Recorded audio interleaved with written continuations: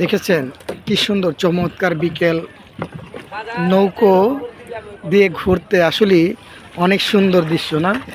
এটা দিয়াবাড়ি ঘাট, ঢাকা। ওইটা দেখতেছেন সাভার কাউন্দিয়া ঘাট,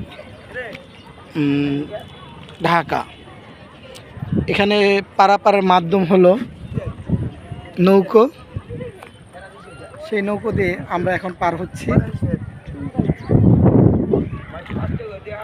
দেখেছেন, ভাড়া 3 টাকা।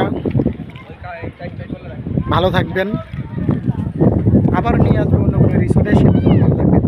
আল্লাহ হাফেজ। নদীর মাঝখান থেকে আমি বিদায় নিলাম।